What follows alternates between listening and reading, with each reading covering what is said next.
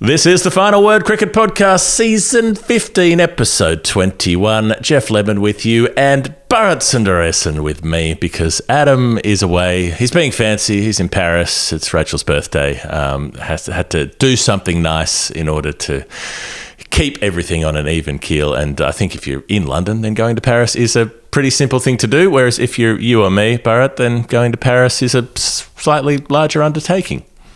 That is very correct. And just to put that further into context, me going to Paris is very different to you going to Paris, isn't it? Yeah, I still have visa issues wherever I go. So, but it does feel weird sitting here talking to you when you're in another city, considering you were like next to me till a few hours ago. Yes, you were in this very room. We were going to record this. We were going to record this on what was day 5 of the Test match, but it didn't quite work out with timing. And by timing, I mean I fell asleep on the couch in the afternoon, which is a really nice thing to do, and I recommend it to anybody who's figuring out how to spend a nice sunny afternoon. But we had a pleasant couple of days in the hills with you and me and Isha. We were still working most of the time, but at least we were working at home during a nice summer weekend after that Test match wrapped up early, and you and I will start off the Brisbane Test together, and then we'll figure out what's happening from there with the daily shows. For that, Adam will be doing daily shows on the India-England Test series at the same time. So this is a new Final Word challenge. We did some double up, split off dailies during the World Cup when there were 2 matches in one day, but we'll now be doing it for an entire Test match, with me and you doing Brisbane and Adam with Cameron Ponsonby doing India, because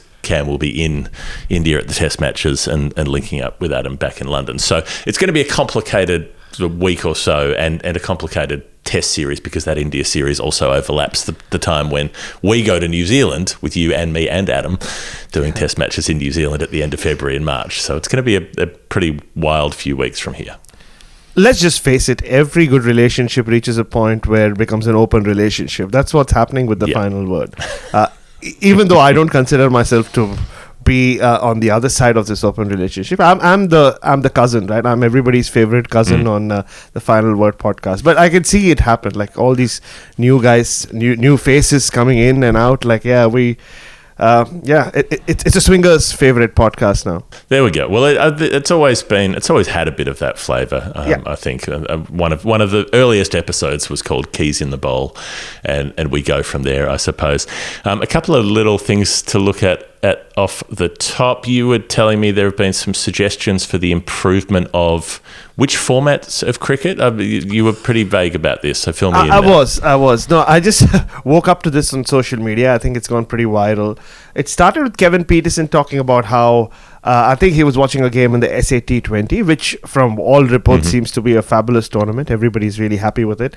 So he spoke about, or he mentioned on social media, on X or Twitter, that 2 years ago he'd mentioned that you need a rule where if you hit the ball further or far enough, you should be given 12 runs, not just 6 runs. I think that's only for T20 cricket from what I gather. And to which AB de Villiers from his official handle replied to him saying, that's a good idea, but maybe going from 4 to 6 to 12 could be a bit of a stretch, so maybe we should keep it to 7 or 8 or something along those lines. And then AB de Villiers said, well, I have another suggestion, which I think kind of trumps the 12-run suggestion, which he says they should have a system where the three commentators calling the action, should be given the power to kind of decide a DRS call. So a captain signals or goes for the review.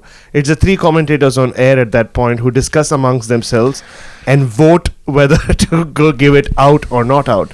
So that suggestion has really taken over social media overnight while you and I slept. Christ.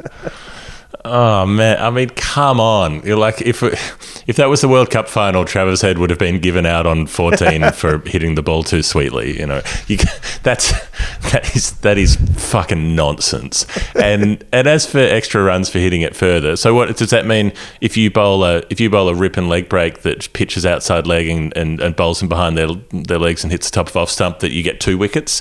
I mean, come on, like. That was one of the replies I saw to that tweet. Like, yeah, Right. so shouldn't someone like knocking the stump out give them 2 wickets? Yeah, so well, Yeah.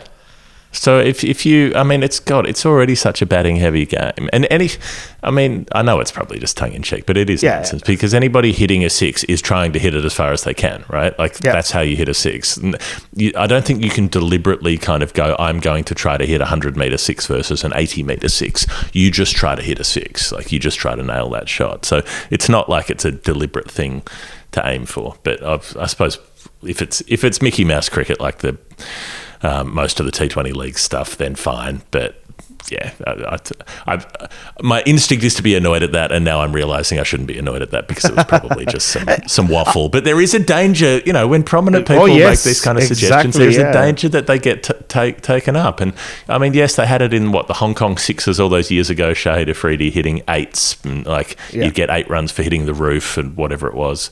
But I think that's fairly roundly acknowledged as nonsense cricket.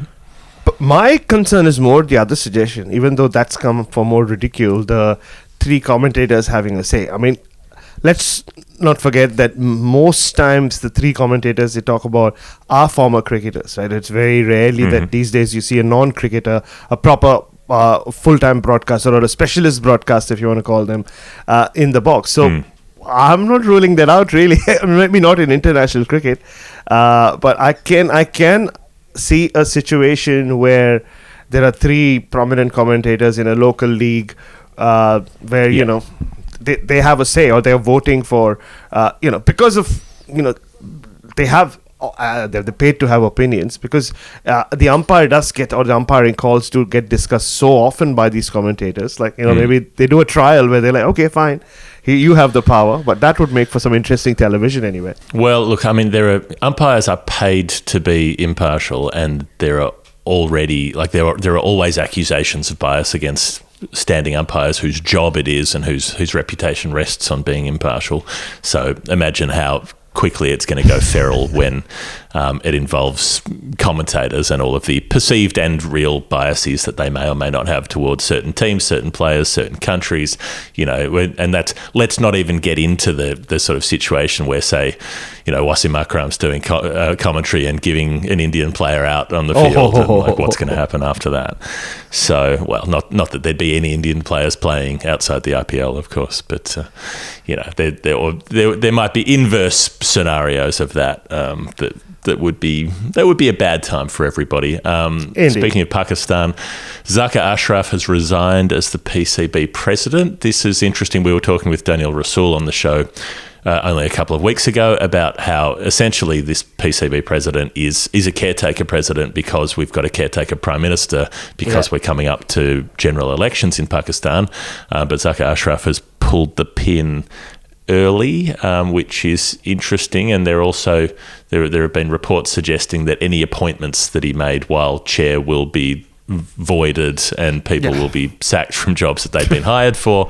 I mean, it's just another day at the shit show that is the politics of Pakistan cricket. Yeah, I mean, you always worried, right? Even when we were talking about the support staff here, Mohammad Hafiz as interim director, Omar Gul and Saeed Ajmal, who were all brought on board by the Zaka Ashraf committee or group when they came into power. You knew when in Pakistan they say interim, it is interim, or like even. I mean, everything's interim. Everything's interim. But even interim, it sounds at times sounds like an overstatement, right? So, it looks like they've finally at least won a T20I, so that's good on that tour of New Zealand. They were 4-0 down and they won a game. So maybe that group of coaches or the support staff go out on a high. Maybe that's one way of looking at it. But it's bizarre. I'm sure Daniel spoke about it more eloquently than I ever will. But Zaka Ashraf and Najam Sethi, right? Those are the 2 names that just keep... it's like hearing about like a country far, far away, which you know very little about, and you'll just see 7 years, once every 6 or 7 years, oh, that guy's in power. Oh, wait, they've gone back to the other guy. Oh, wait, this guy. So, which is why I think when Ramiz Raja was in power, I mean, it was very contentious. A lot of people, that was debated widely, not just in Pakistan, but everywhere. But at least it felt fresh because you had someone who was not called Najam Sethi or Zaka Ashraf running the show. And some things did get done during that period of time. They were set up for what might have been quite a big success with the Women's League that then got scuttled as soon as Ramiz got removed. So, well, I don't know if that means that Najam Sethi's coming back because Zaghar Ashraf is out, but I guess we'll find that out in due course. Usman Khawaja apparently fine after getting smashed in the face by Shamar Joseph. We talked about that on the Daily Show, but encouraging that the reports are that his jaw isn't broken, which that looks like a real concern, and that so far he's passed all of the concussion tests. Yep, the official update last evening was that Usman Khawaja continues to progress through protocols following a head impact, which I think we discussed briefly in the last Final Word Daily we did, where he has to pass every test to be available for the next game. And it says that he will be monitored for delayed symptoms. And I think they're going to review his situation later today because Australia have their first training session tomorrow. So I think they're just giving it some time. So at the moment, it looks like it will be Usman Khawaja. And I don't know when this quote came out. Again, another thing I saw on social media, Marcus Harris apparently expressing his disappointment, saying, I don't know whether they'll ever pick me or a specialist opener again for Test cricket. So obviously, we've heard a lot from the Bancroft camp. Marcus Harris now seems to have come out and spoken about it because, it can't be easy being him. Yeah, well, it's interesting that, and Adam and I spoke about this, it was interesting that Harris got so little airtime. Everything was about Bancroft, given that he made 900 runs in the Shield last season. But Harris was the most recent other occupier of that spot. He was the incumbent opener. He's the one who got squeezed out by Khawaja during the last Australian Ashes with the Travis Head out with COVID. Khawaja comes in at 5, makes 200s. Head comes back. They can't drop Khawaja because he's just made twin tons, so they push him up to open, and he proceeds to make every poster winner from then on. Harris is the one who's unlucky there, so he has a case to feel pretty hard done by. Matthew Renshaw would probably be the one coming into the position if Khawaja were concussed, because he's the spare bat in the squad, and he is a specialist opener as well as then becoming a specialist middle order player. So he's a double specialist, I guess. But he was off playing for the Brisbane Heat by the point that Khawaja got hit. So that would have been interesting if they were chasing 300. And I don't know what they would have been doing at that point. Casting around for a concussion substitute out of Adelaide club cricket or something like that. And that weird thing, that it's weird that we saw it duplicated, that Shamar Joseph didn't get to bowl defending a nominal target, a very small target, but didn't get the new ball, the same way that Amir Jamal didn't get the new ball defending a small target for Pakistan in Sydney. It was weird that the two players who were the kind of the emotional centre point, I suppose, for people watching in this country, because most cricket people here, they want to see Australia win, but they also want to see the opposition fight.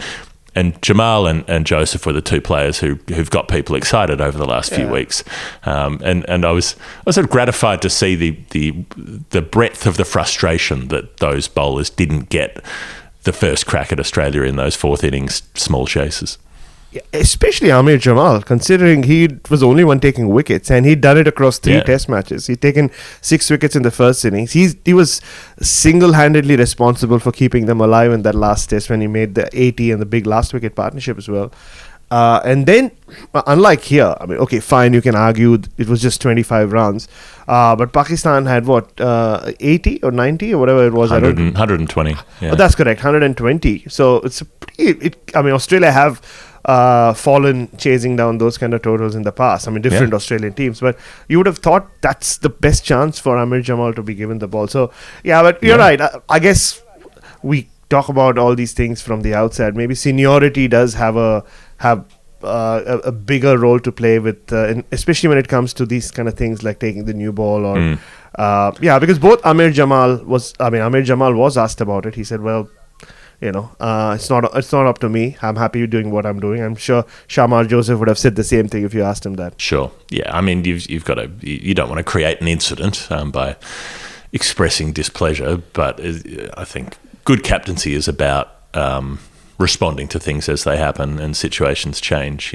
Planning is great, but it's like you have to know the rules in order to know when to break the rules. Similar things apply for captaincy.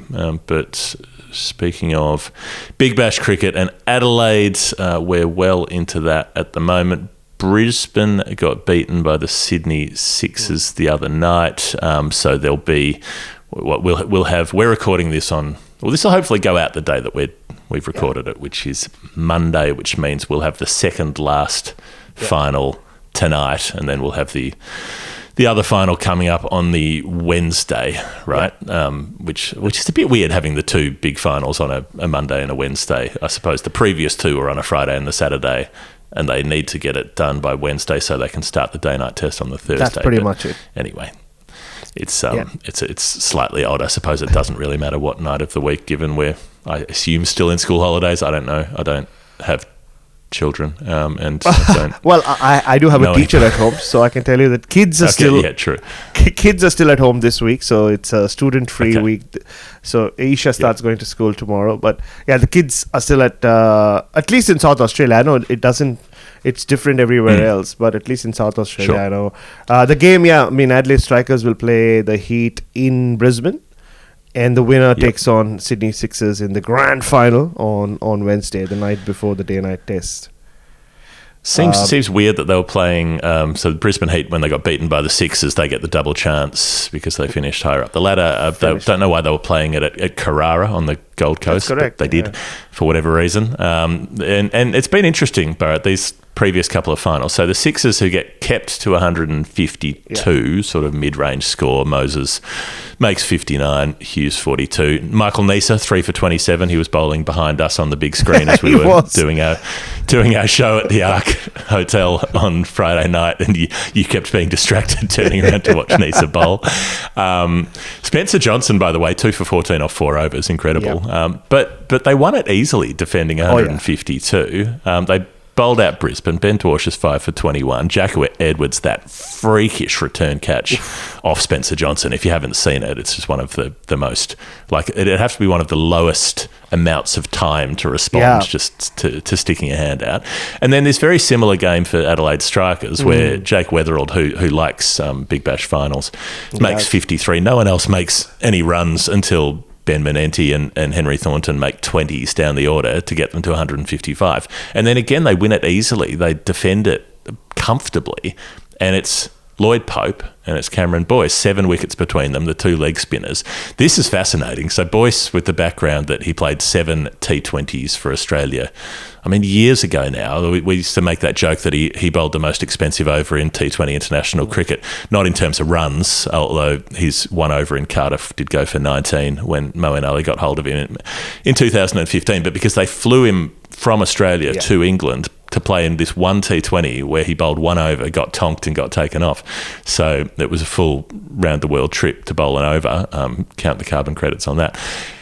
And then he got 2 more T20s against India in 2016, and then Zampa took over, and that was it for Boyce. He's 34 now. He came into the striker squad for Rashid Khan.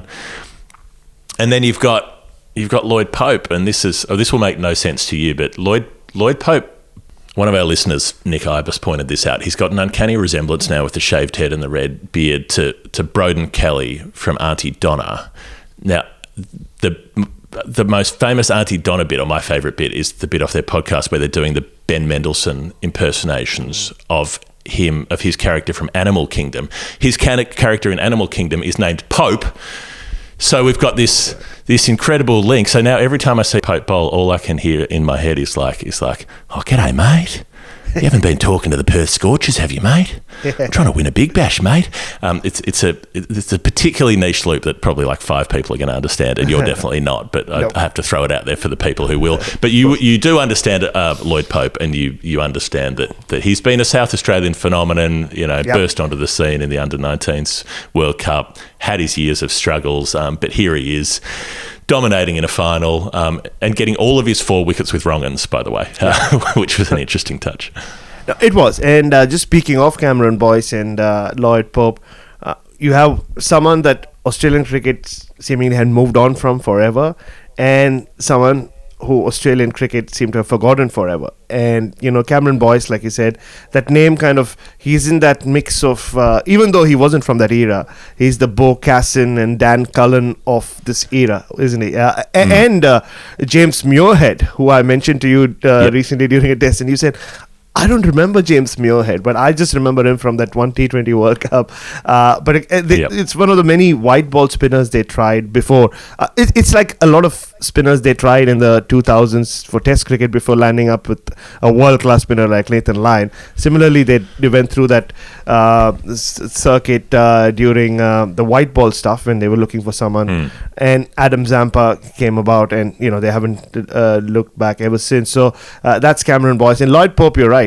It's funny, right? Some websites who have carried news from the Adelaide Strikers win are still using the flame head under-19 pitcher of Lloyd Pope. He's still just 24, which kind of tells you, and 24, and he is 24. Like, he's not Rashid Khan 24, for example. So he does look about 44 with the shaved head and the beard. Yeah, exactly. And I've seen him wheel away, struggle in Shield cricket.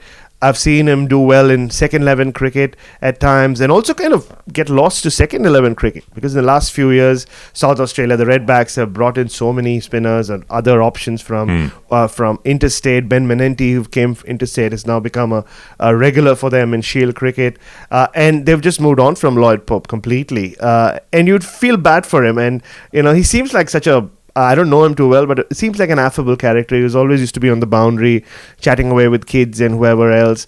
Loves a game of chess and all of that. He's a good story, and I think, unfortunately for him, that under-19 performance happened when it happened. So suddenly he was just like thrown on to the or into the spotlight, and people were like, okay, that's it. We have a new flame head spinner. He's going to take over the world. And it just didn't happen. I think he struggled on some of those Karen Rolton oval pitches where it was so flat, and he would end up bowling 50 overs, going for a lot of runs. But yeah, it's a great story. I'm so happy to see him come back. And he was playing he was with the Renegades for a few years, and then he was not even playing full time for the Renegades. For him to come back home, if that makes sense, and to do what he's done, I'm super happy for Lloyd Pope. And Cameron Boyce, who's bowling in the nets the other day to the Australian Test players and bowling really well alongside Brendan Doggett. So, at a time when the Strikers were like, oh, we've lost all our international players, what do we do?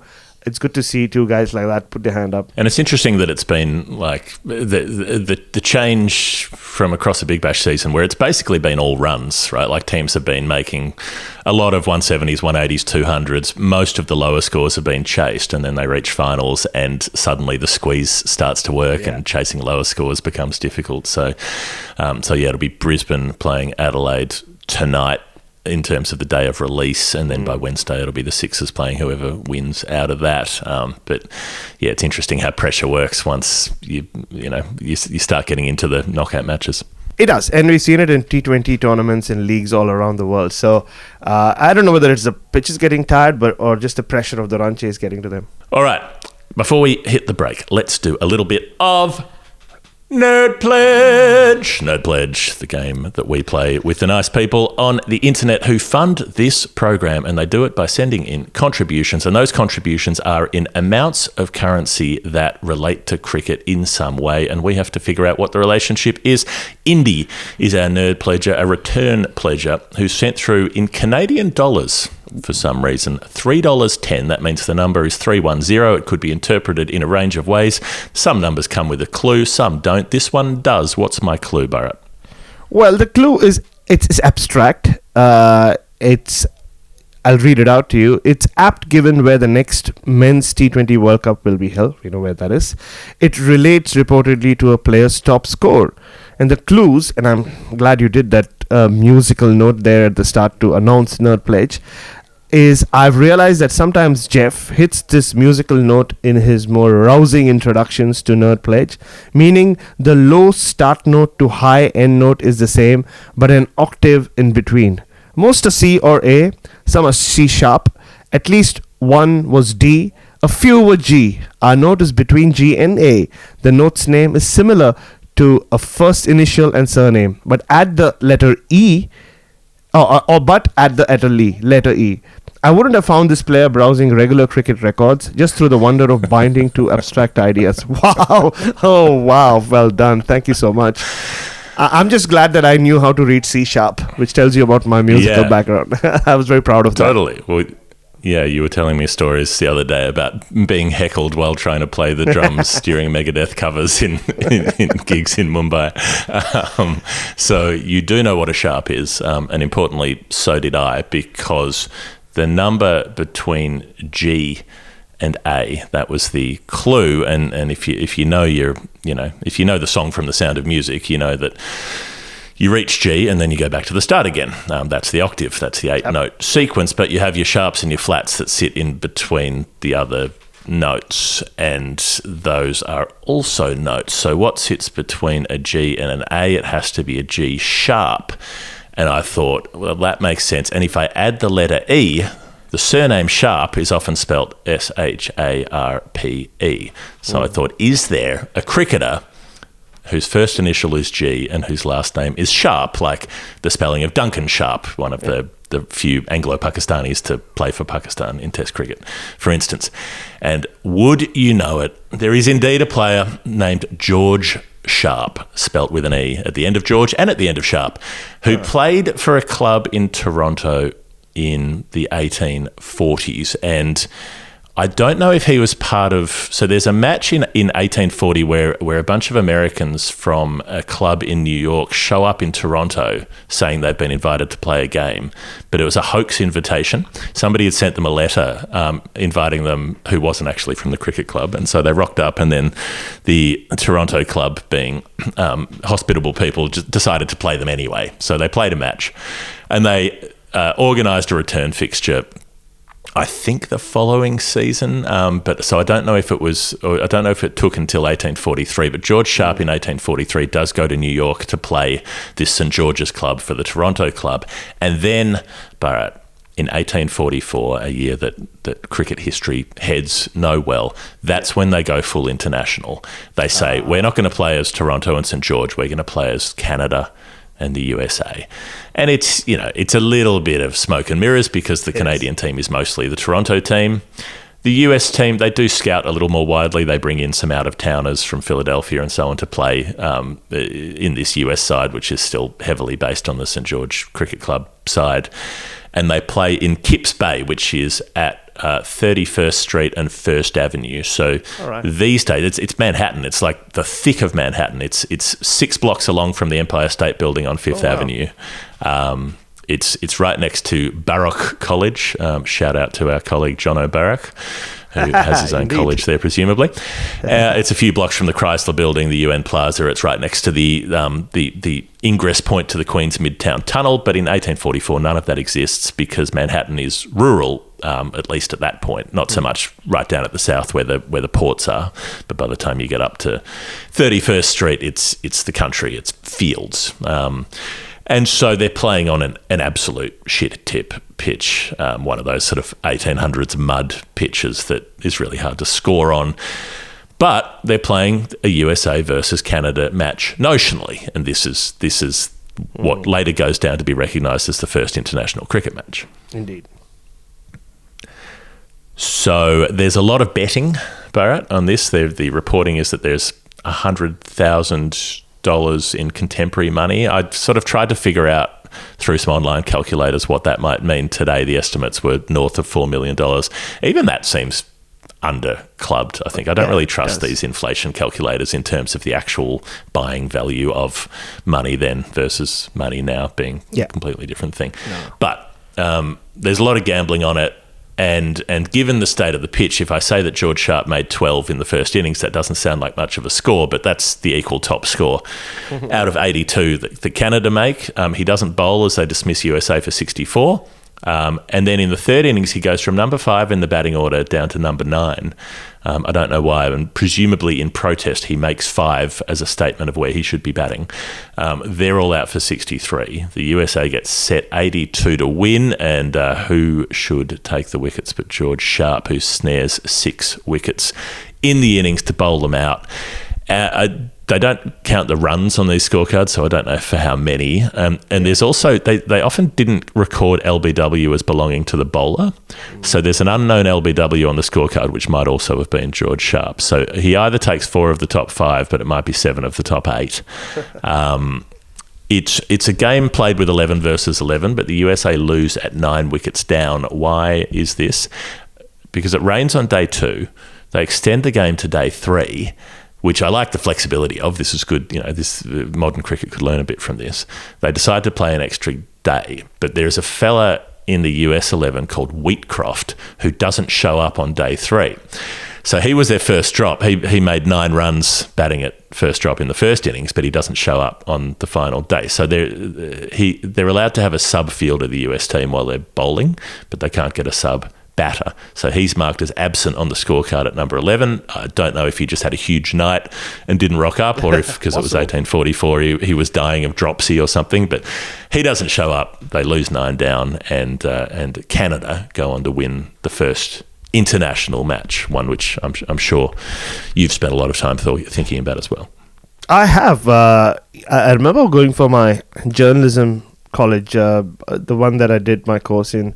They had this pre-course interview. Like, you had to pass the interview to go there, and someone asked me, it was a big group, everyone, all the head honchos at the Hindu newspaper, N. Ram and everyone else, and they asked me about, tell us about the birth of the Ashes. I said, no, I'll tell you about the birth of international cricket. That's the cocky guy I was back then. And I told them about this US-Canada game. I think I got through because of that. Also, maybe they just wanted me to stop talking. So, but no, just a couple of things. Growing up, George Sharp was one of my favorite umpires. You'll remember the English umpire because he always had the most lovely smile when he gave someone out. And he also was one of the few back then who used to give signal batters out with the left arm, so left hand. So while you were talking about George Sharp with an E, I was just looking him up. I think he was George Sharp without the E, so it was just SHARP. So and US Canada are playing the opening game of the T20 World Cup as well. Very disappointed that it's in Dallas and not near Manhattan. That, any history buff, if they were in charge of making the schedule, they would have made sure that's happening. But what a game! And who knows? Might accidentally have led to me becoming a journalist. Yeah, I didn't know that detail of your story, but I love that it's matched into this. And George Sharp, I should say, plays a few more internationals. He goes on to play another one in Montreal the following year in 1845. Again, he takes 6 for, plus a 2 for, plus a couple of catches, and he makes 31, which is his highest score in these international engagements and reflects the $3.10 that Indi sent through. That's the 31, the link to the number.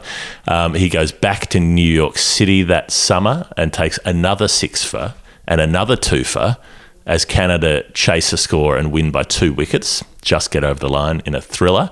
And then in 1846, a year later, he's back to New York. This time they play in Harlem in 1846 at the Red House ground, which is close to where the initial proposed stadium was going to be for the T20 World Cup. Yeah. So it's a shame that they didn't get that up and running. It's now out on Long Island. We'll talk about that in the second half, actually, about that ground. Anyway, in the Harlem match, he takes 7 for in the innings with another anonymous LBW, so he might have taken 8, I'm not sure. The Canadians only made 28 in the first innings. The USA made 57 despite the 7 wickets for George Sharp. So Canada's trailing in the third innings. And the scorecard says at 13 for 3, the third innings ends, it's called off, and it's a draw. So I was like, hang on, I guess it just must have rained. And then that's not the case. You dig around, and there is this note on the scorecard.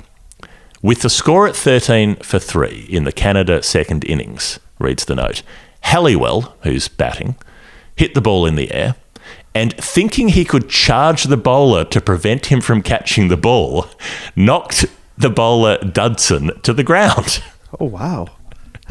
The latter, on recovering, ran and threw the ball at Halliwell. He was subdued by his teammates and later apologised to the batsman. But the Canadians refused to continue the game. Bell's Life, which is a magazine, stated that Canada had forfeited the match. It was 7 years before the fixture was resumed. So 7 years. It wasn't forfeited. The match is recorded as having been drawn, but it was another walk-off. So 25 years before Dave Gregory leads the walk-off in 1879 at the ground in Sydney, the Canadians, and this is after the Canadian batter has run down and smashed the bowler to the ground to stop him taking the catch. The Canadians are then the ones who crack the shits and say, oh, your deportment is deplorable and we're not going to continue the game. Come off it. It's an amazing story, yeah.